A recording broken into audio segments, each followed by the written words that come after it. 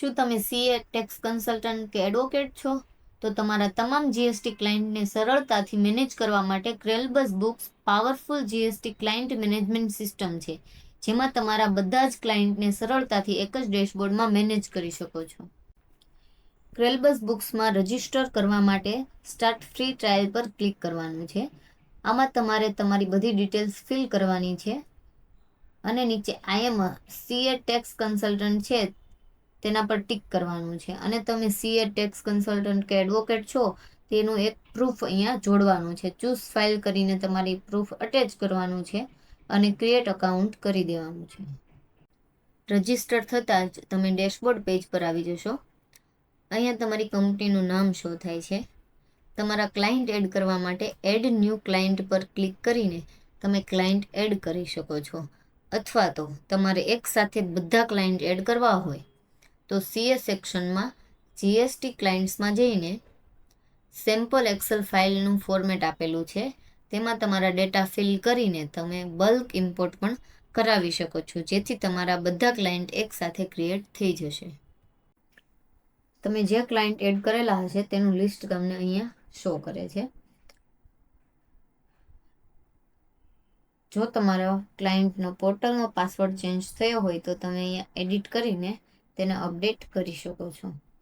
Client ID password જોઈતા હોય જીએસટીના તો તમે આ કોપી કરીને વોટ્સઅપમાં ડાયરેક્ટ પેસ્ટ કરીને તેને સેન્ડ કરી શકો છો.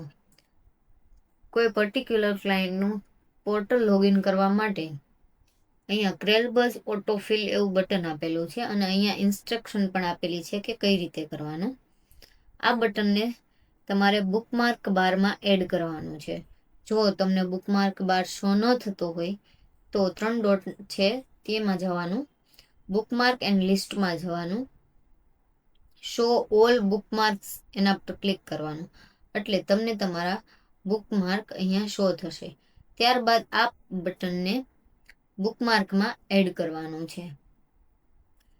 બટન બુકમાર્કમાં એડ થયા બાદ તમારે જે ક્લાયન્ટનું પોર્ટલ લોગિન કરવું હોય તે ક્લાયન્ટમાં પોર્ટલ બટન પર ક્લિક કરવાનું.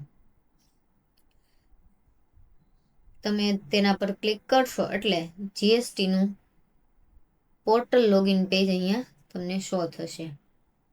ત્યારબાદ તમારે ક્રેલબઝ ઓટોફિલ જે બટન તમે બુકમાર્કમાં એડ કરેલું હતું તેના પર ક્લિક કરવાનું છે, તેથી તે ક્લાયન્ટના જીએસટીના યુઝરનેમ ને પાસવર્ડ ઓટોફિલ થઈ જશે. તમારે કેપ્ચા નાખવાનો છે અને લોગિન કરવાનું છે. ત્યારબાદ સીએ સેક્શનમાં ફાઇલિંગ સ્ટેટસ લિસ્ટ એવો ઓપ્શન છે, તેમાં તમને તમારા બધા ક્લાયન્ટ શો થશે. હવે તમારે તમારા બધા ક્લાયન્ટનું એક સાથે કોનું રિટર્ન ફાઇલ થયું છે 1 અને 3B તેનું સ્ટેટસ ગેટ કરાવવા માટે ફેચ ઓલ ડેટા બટન પર ક્લિક કરવાનું છે. આ સિંગલ ક્લિકથી તમારા બધા ક્લાયન્ટના ડેટા કે કોનું રિટર્ન ફાઇલ થયું છે કે નહીં તે આવી જશે. GSTR1 મેનેજ કરવા માટે GSTR1 ઓનલી કરવાનું. ત્યારબાદ જે મંથનું GSTR1 ફાઇલ કરતા હોય તે મંથ સિલેક્ટ કરવાનું. તમારા બધા કસ્ટમર તમને અહીંયા શો થશે, તેમાંથી જે ક્લાયન્ટના ડેટા રિસીવ થઈ ગયા હોય એ કોના ડેટા આવી ગયા છે અને તેમાં વર્ક કરવાનું બાકી છે તો તમે તેને ડેટા રિસીવડમાં નાખી શકો છો, અને ડેટા રિસીવ થઈ ગયા હોય, વર્ક થઈ ગયું હોય અને ખાલી ફાઇલિંગ માટે બાકી હોય તો તમે એને કન્ફર્મેશન સેન્ટમાં એડ કરી શકો છો. અને જો કોઈ ક્લાયન્ટનું રિટર્ન નીલ ફાઇલ કરવાનું હોય તો તમે એને નીલમાં એડ કરી શકો છો. અને જો કોઈ અમેન્ડમેન્ટ હોય GSTR1માં કે કોઈ બિલ નંબરમાં સુધારો હોય તો તમે નોટ્સ અહીંયા એડ કરી શકો છો અને તમે એને સેવ કરશો એટલે તમને એ ક્લાયન્ટમાં એ નોટ્સ જોવા મળશે કે આ ક્લાયન્ટનો આમાં સુધારો છે GSTR1માં.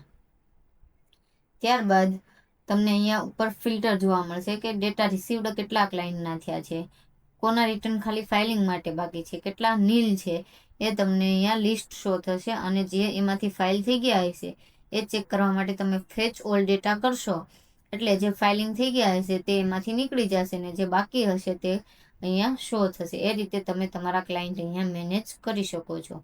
અને તે જ વસ્તુ તમે 3Bમાં પણ મેનેજ કરી શકો છો. અહીંયાથી તમારે GSTR3B ઓનલી કરવાનું છે.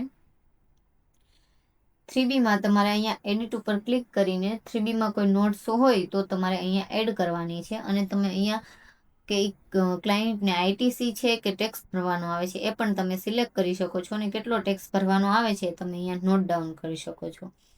અને યરલી નોટ નાખવાની હોય કોઈ ક્લાયન્ટમાં કે દર મહિને આરસીએમ ભરવાનો આવતો હોય તો તમે અહીંયા એડ કરી શકો છો કે ભાઈ આટલાનો આરસીએમ ભરવાનો છે દર મહિને 18% લેખે, તો તમે એ અહીંયા એડ કરી શકો છો અને એને સેવ કરશો એટલે એ ક્લાયન્ટમાં એ વસ્તુ તમને અહીંયા શો થશે કે આટલાનો આરસીએમ ભરવાનો છે આ ક્લાયન્ટમાં. અને તમે અહીંયાથી ફિલ્ટર મારશો આઈટીસી ઓનલી અને ટેક્સ ઓનલી, તો તમને ટેક્સવાળા અલગ દેખાશે ક્લાયન્ટ અને આઈટીસી વાળા અલગ દેખાશે, અને તમે ફેચ ઓલ ડેટા કરશો એટલે જે ફાઇલ થઈ ગયા હશે તે તેમાંથી નીકળી જશે અને તમને પેન્ડિંગ હશે તે તમને શો કરશે.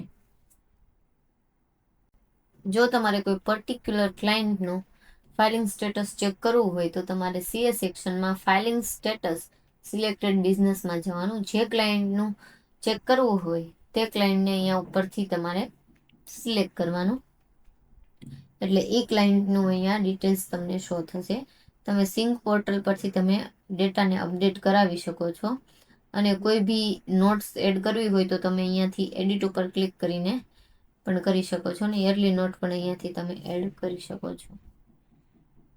પોર્ટલમાં તમે તે ક્લાયન્ટની જીએસટી બેલેન્સ કેટલી પડી છે, 2A 2B 1 3B GST certificate એ તમે ગેટ કરાવી શકો છો. જેમ કે જીએસટી બેલેન્સ ફેચ કરાવી હોય લેટેસ્ટ તો તમે અહીંયા રિફ્રેશ આઈટીસી ઓટીપી કરીને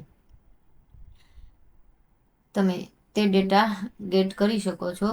જે ઓટીપી જીએસટીમાં જે ઈમેલ અને મોબાઈલ નંબર હોય તેમાં એ ઓટીપી સેન્ડ થશે અને એ તમારે અહીંયા એડ કરવાનો થશે. વેરીફાઈ કરશો એટલે આઈટીસીના ડેટા તમને ગેટ થઈ જશે.